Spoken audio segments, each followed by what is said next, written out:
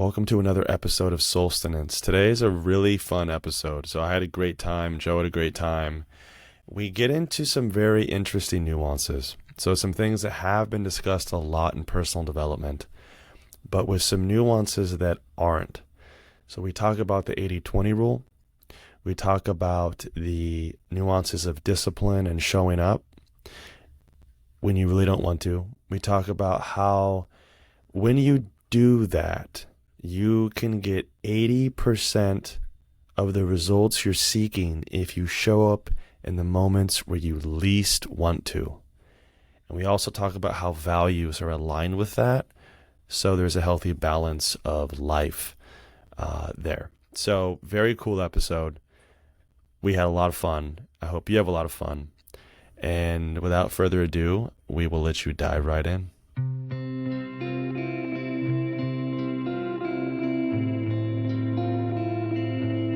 Yeah, I'd love go for ahead. you to just set the frame for us for our discussion. I know you brought up something had been inspiring to you lately that's caused you to kind of think in a certain direction. Tell me more about that. I love that. Yeah. So one thing that I've heard a lot in my life is, discipline and showing up. I mean, my mother, even since as long as I can remember as a young boy, would say, Dustin, the hardest part for most people is just to show up. And all the motivational speakers and all the personal development I've been exposed to, I hear that principle a lot, and I think it's powerful. And what got me excited about the topics for today is a motivational video I've been listening to a lot the last week, and a very specific nuance of combining that of just like show up when you're tired, embracing discipline, show up when and I want to leave something out that I think you can shed light on, so I'm gonna leave that out for now, but just show up when you want to do something. Show up even when it's hard and you want to do it tomorrow. Do it today. And that to me is not new. It's like, okay, cool, work hard, discipline, show up. What's powerful, I think, is taking that principle and then combining it with the 80-20 rule, which a lot of people in business or entrepreneurs will know this rule. 80-20 rule is simply when it's like a phenomenon in life where 20% of your efforts yield 80% of your results. And so especially in business, I learned this in sales, is 20% of all your customers are giving you 80% of your business. Nourish those 20. You only have so much time. Consolidate your efforts, nourish that, and then with whatever leftover time you have, then focus on other parts of the funnel. But that's like your bread and butter. So that's profound. I learned that like 20 years ago. Cool. Now combining those is what hit me this last week on a level that had never hit me before, with multiple personal examples in my life of, and I'll give this one because it's an appropriate level of personal, is I typically work out in the mornings, and I've been so busy with work and service, I've been forced to work out in the evenings a lot more recently. And 2 nights ago, historically have had injuries in my wrists and have in the past had weak, pain-filled wrists, and I'm doing a lot of beautiful things to have that where that's not the case anymore. And in dealing with that, I didn't work out for 11 days recently and let my wrist heal, and I was out of town and a lot of things happened. That's a long time for me. And so 2 nights ago, I was like, I will work out today. And I had a very busy day, even though it was a Sunday, working and family and service and all these things. And I was like, no, it was 8 o'clock. I got home, I think 8:30 or 9. I got to the gym at 9:30 or 10 or something like that. But as I was driving, that little voice came in my head. It was like, Dustin, dude, come on. You're tired. You need a rest. You've been going nonstop for like 2 weeks, personally and professionally, like nonstop for 2 to 3 weeks. Just rest, man. You're going to work out tomorrow morning anyways. And I literally almost changed my direction to go home. But instead, and it was so specific with the mind, because I'm so familiar with that, where I was like, you rascal, no, you're not gonna you're not gonna do that. You're gonna do exactly what you set out to do. And I want later to honor some of your gems of kind of, we don't do this all the time for anything. I want to honor you. You had some really good stuff to share on that, I think. So, but that moment, as I almost yielded. I was this close. And I said no, and I ended up going to the gym. Bumped into a guy at the gym that I've seen in the sauna a couple times. Guy from the Middle East. Great personality, big guy, big aura and physically huge. And I was like walking into the gym and I had my arms full, and so I kind of gave him this awkward elbow like, "Hey, what's up, man?" And then I went out to start working out, and I saw him, and he's like, "Hey," and so he's like, "How's it going?" I pulled my headphones out. We talked for about a half an hour, and I'm like, "It's late. I need to work out. I need to go to bed." But the conversation was so beautiful. He's like, "I want to get your phone number. Maybe I'll be a client of yours. I don't know, but you're a great guy. I want to." And I'm like, I was like, "I love where you're at. I love what you believe. I love what you stand for. I love your authenticity, your vulnerability. You just seem like a real, authentic, really good guy." And so got his phone number. He's like, "Let's hang out sometime." I was like, "Great." And then I had a great workout. And then I was in the sauna with a group of young men around 20, 21 years old, because I become the kind of weird, interesting, curious, meditative breathwork dude in the in the sauna, and guys are always asking me questions. And I had a beautiful conversation with them, where they were like, so like asking me all these, like, "So what do you like?" And they're young, like I wasn't doing that when I was 20, And I would say one of them is a stereotypical, like a bad boy, tatted up, in rough home from what he told me, but still a playful curiosity. And it's like kind of stereotypes are kind of going out, and we're just I'm like, okay, I'm almost twice the age of these guys, but they're in a playful, talked about, guy talk came up, and like asking me all kinds of questions of bridging being a human and having sexual desires and being young, and there's a lot of immaturity still there, but in ways a lot of maturity, and asking me questions about spirituality and intimacy and breathwork and meditation and mindfulness and all those things. And so if I encompass all that, I almost went home and I was tired. I was exhausted. I had a great conversation. I made a deeper connection. I exchanged a phone number. I had a beautiful, fun, laughter-filled, and inspiring conversation with some, young men. And then to that point, I think got home at midnight, and the following day I said, that's an inspiration for me of how I can maybe, I was like, I might even lead witness consciousness in the sauna with these guys, because I couldn't fully explain what I was talking about, like the bliss points of meditation, which and like what that is and what it isn't, and all the common misconceptions. And so I got a personal inspiration about where I know part of my future is going, of speaking to crowds and working with groups, and that hasn't manifested yet, but I know it will. Yeah. And it was like, oh my God, I might start doing that in the sauna of all places. I never saw that coming. And I just like, and so my point is, if I zoom back and I go 80-20 rule and discipline and show up. But what's so profound is it's like the 80% of, I think, magic in life. And this is the thing that hit me, because it instills so much more desire to do that and to push through those moments of mental weakness where you want to quit. Is I believe now that 80% of my results come from that kind of 20% of pushing past that last moment where I want to quit, and magic happens. Yeah. And I believe the majority of the magic happens there. So that's what inspired me for today's topic. And I want to ask you, because you had some really good points about kind of thoughts of what that is, what that isn't, where to kind of catch yourself, where to not just kind of go off the deep end and lose sight of what's important. And I want to hear any thoughts you have about that, because that was a beautiful combination of like a very wholesome viewpoint of all this. Well, thanks for sharing that story. I think it, I know you'd alluded to it before, but it really, I think, fleshes out what you're talking about there, and the potential reality, at least as we're discovering, of the the immense or the major part of the rewards come in that small section of friction, um, Yeah. that often happens around those thoughts within us to not do it or to not show up. Um, and I think that's a really interesting thing to play with and think about and kind of get perspective on, because again, like, we're coming from a place of honoring the four bodies, within us, this idea that we are spiritual, mental, emotional, and physical. And Mm. when we're at our peak state, all four of those things are in alignment.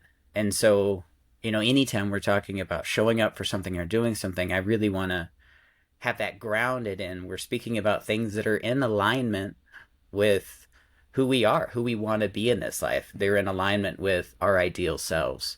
Core Um, values, right? Core values, yeah. I mean, Yeah. if you're in an unhealthy place in your life right now, like that's just where you are, and that's okay for, like, somebody listening.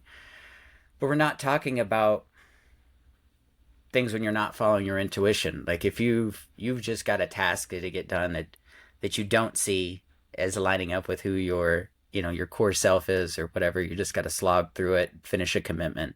Like, I think that can be more of a gray area. I Mm. think where this really shows Hmm. up is when we really are truly taking direction of our own life. We're accepting that agency we have in life and choosing our habits, Mm. choosing where we work, choosing when we go to bed, choosing Yeah. when we wake up, who we hang out with.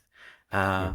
We're choosing where we find our pleasure, our enjoyment, whether that's movies, or friends, or books. It's not.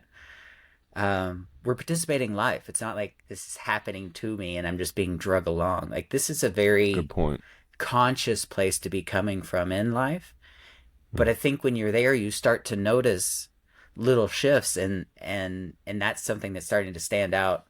Um, Obviously, it's a growing thing. I love how you prefaced your story with, "This is something I've been hearing for years. Yeah. It's making more and more sense, or sense in a different way than it ever Yes. has before." And I think that's Yes. really beautiful in respective of just our journey, of the journey of, like, this experience on life. And I think I'm really in a similar boat. There's been uh, some recent choices I've made in my life to start respecting myself physically, by working out and honoring my body more and Yes. caring Yeah. more about what I put into it.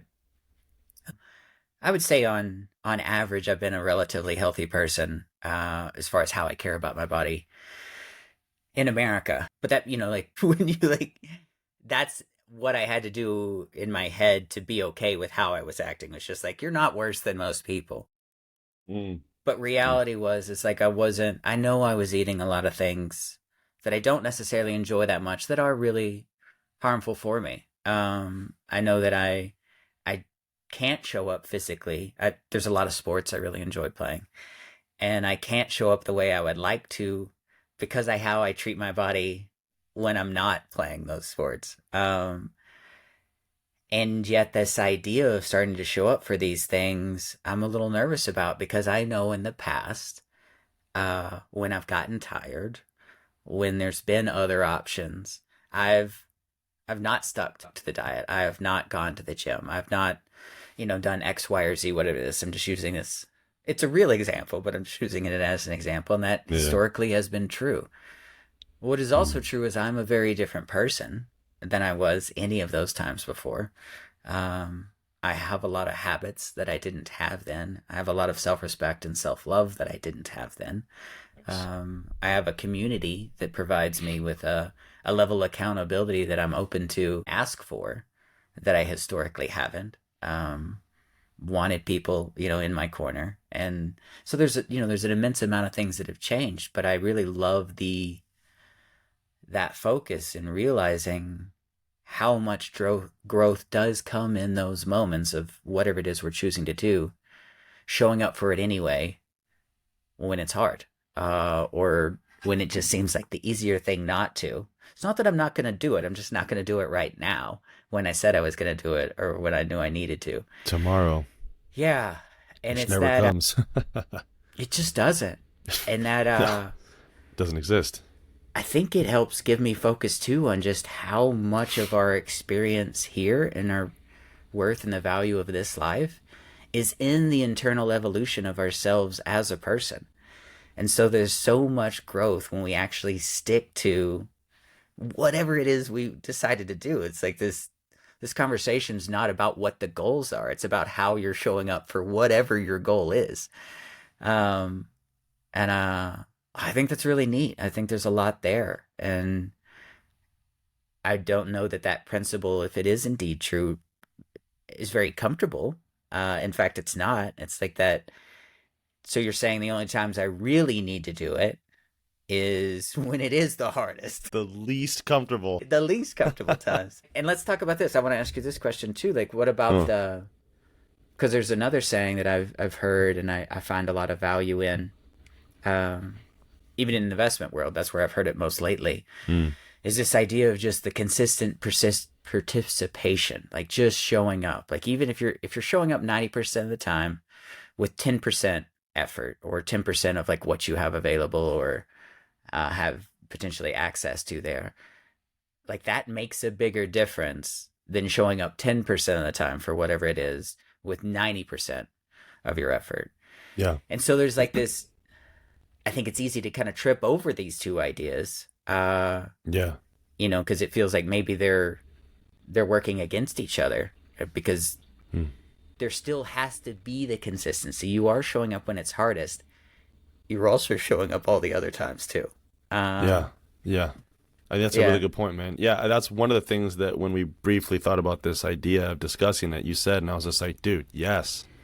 Yes, because there's an interesting nuance there, which is like you have the discipline, you have the 80-20 rule, but then it's like that part of humanness, which I think that's spot on, right? You know, keep showing up even when you feel 10% or 20% of your strength or yourself or your best, but you're still there. And I think in those moments is where you get that 80% of the magic if it's aligned with your values. And I think that why most people don't do that, I think there's a few reasons, because I've heard this a lot in personal development. I mean, this is one of this discipline, show up, discipline. I mean, Mel Robbins, David Goggins, like Ed Milet, I could go on and on and on. People are always saying this. And I think it's when I speak personally for me in my past, because I've had pretty hardcore discipline for like 4 to 7 years, I started to really build. And that's what's so fascinating too, is like I'm doing this for years and I'm still like blown away by nuances of it. But there's an inherent vulnerability and a very, very, very either ego death. I wouldn't say, I said it's not an official ego death because that's like its own thing, but a challenge to the ego and a weakening of the ego, I guess. And I'd say an unneeded part of the ego, an unuseful part of the ego is when I'm not at my 100, which is so rare. I'm like 100% totally on. When I'm not at my 90, I'm not at my 80. And when I get down to like 60, 50 and below, that's vulnerable. Mm-hmm. That's vulnerable. It's inherently vulnerable. So I believe that's where I avoided that most my past. And why most people do, because it's just uncomfortable and vulnerable. The ego hates it. Like, you know, look at actors, business people, you know, news anchors, people, you know, social media. What do we as humans do? We put on our best self, we dress, we got the makeup, we do the lighting, we do all these things. And it's like, yeah, and that's really not. Like, how do you wake up in the morning? How do you look when you wake up? How do you look when you're tired? That isn't nearly as important as your soul, you as a soul, your heart, your values, human connection, and showing up in life, like the laws of nature. Animals are inherently showing up all the time. They don't even think about it. There's not, you know, it's a part of nature. So I think we get past the vulnerability and we get past all these things of shoulds and shouldn'ts, and they're just like, hey, I'm flawed. I'm going to fail and learn and fail and learn and fail and grow. And that is inevitably like a permanent part of progressing as a human, you kind of then start to not care about that anymore. It gets less important because there's so many gifts and so much fun and so much progress and growth and beauty in that. And it's like, it's just life gets easier, funner, more consistent, better, more stable, safer. To me, there's so much benefit to that. I'm curious, what do you think about that? Because I know it came up, I think, in a business group for you. What do you have any other thoughts on that? I do. It seems to me like another way to look at it, another way to phrase that is something we talk about at other times as well, and this comes up often is it becomes about the journey. Like showing up when it becomes about being there regardless of how much of you is like there or how much of your peak self is there. Yeah.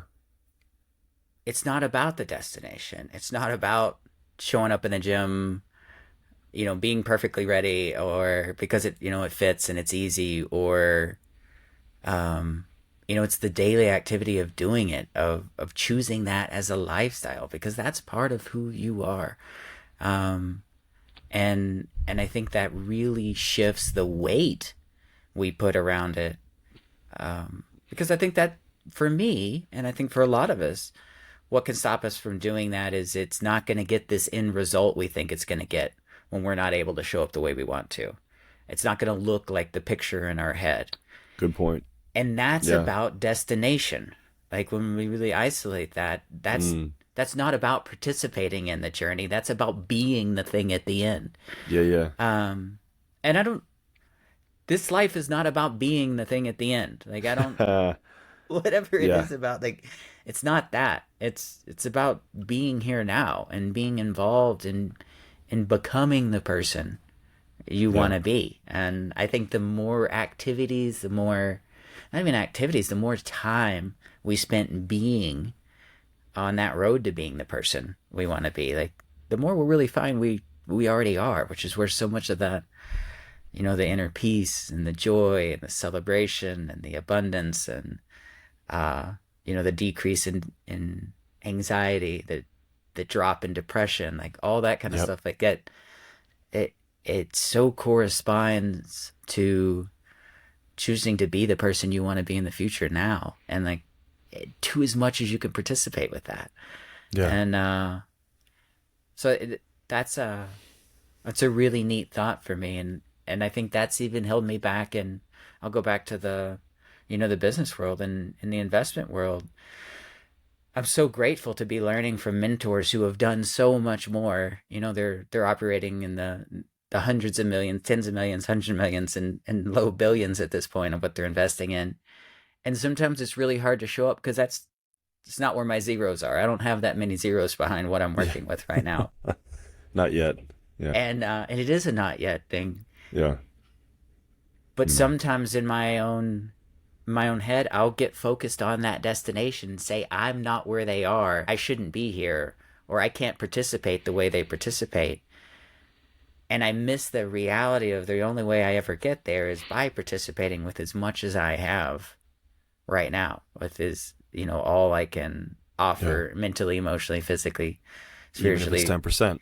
even if it's Yeah. 10%, even Yeah. though these numbers I'm working with are so much smaller. They were for them at one point too. Yeah. And if they were focused on the destination and not the journey, they wouldn't have what they have either. Like it's fascinating Yeah. how much those who have achieved, those that we respect and isolate within our culture as like having done this, like 90% of the time when I actually hear legitimate interviews with them that they are in a space where they feel like they can be open and vulnerable, they would speak the same way. Like it was it's putting one pant leg on and then the other. It was showing up for the uncomfortable things. It was reading the book when they were tired, or Yeah. meeting with a mentor when they didn't want to. And almost all of these people too, I've realized too, have very consistent regimens within their lives about self-care. Whether that's the meditation daily, the physical exercise, what they eat. Like there's It's a very few successful individuals that don't have those building blocks, those things that they have to do, choose to do, want to do every day, that they build. This thing we admire from the outside. Of like, man, how did they do that? It's like just like the rest of it. It's just one baby step at a time. It's just they more often than not took them when it was uncomfortable. Where Yep. those of us who don't see that reflection in the mirror probably aren't taking that step when it's Yeah. uncomfortable. That's the Yeah. difference. The baby steps.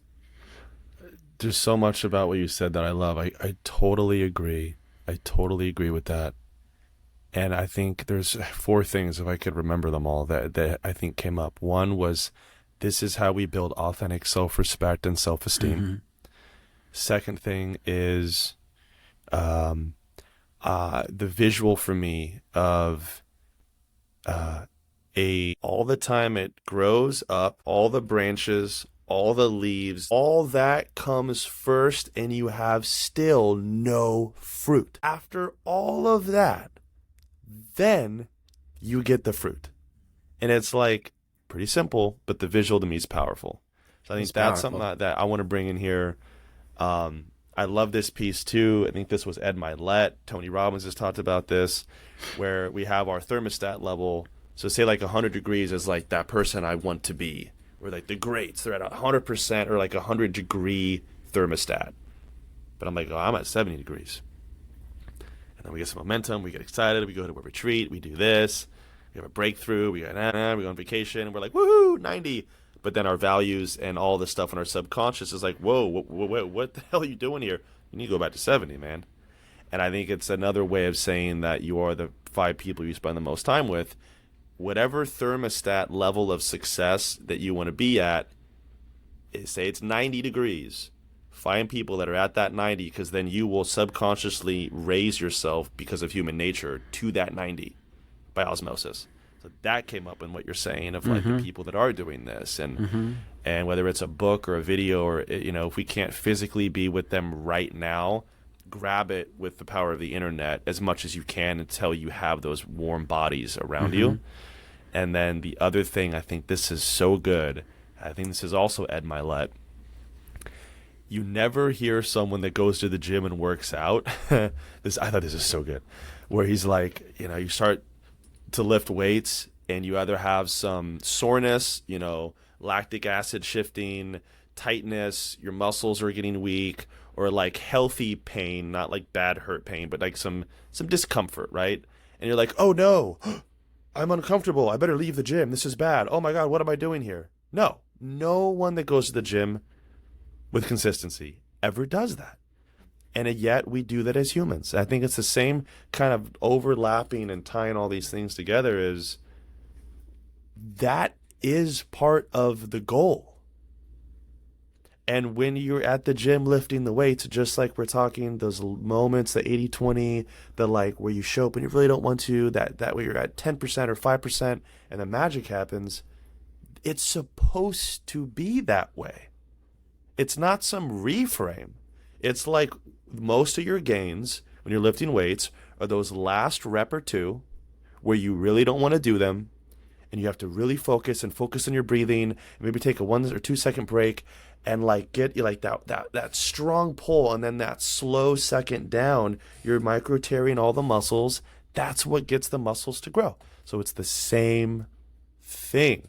And yet us humans really twist that up for some silly reasons. So all that came up with what you were sharing, and it's really powerful, man. And I think the stuff that we've learned with values is that those values have to be aligned. If they're not aligned, there's things we can do to shift that. But get clear on your values. You can shift your values in the subconscious if you need to, and then set these doable baby step goals to get that, and hold your discipline there, do or die. Like hold that discipline, because then your self-esteem increases, your results increase, the magic increases, 80% of your results increase, your self-respect increases, your confidence, your subconscious neural pathways start shifting. You then are being the person you're set to be, and that journey gets way more fun because it never ends. This never ends. It's just where do you keep going, and then be that person that's going to be uncomfortable, and then that's the joy, not who you are at the end. The joy, or not what you got at the end. I want to fix that. It's not what you get at the end. It's the person you have become to even attain and manifest that thing, and the whole journey to get there. That's the gold. And the gold has a lot of discomfort, but it's still gold. Yeah. Any thoughts on that? I think this is great. It just found it a very useful conversation. I mean, these are things I've thought about a lot, but it's still the repetition, the clarifying, and realizing that I'm still in this journey. Like, this isn't. So many of these learnings are so useful, and you still have to take the steps. You still have to show up when it's uncomfortable.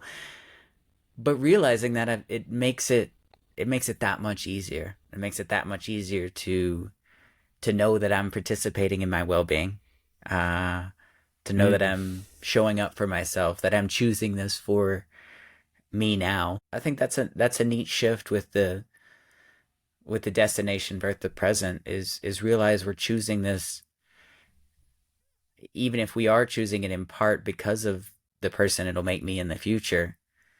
I'm choosing it because that's who the me now desires to be. Like, I'm choosing that because this is a value of mine right now.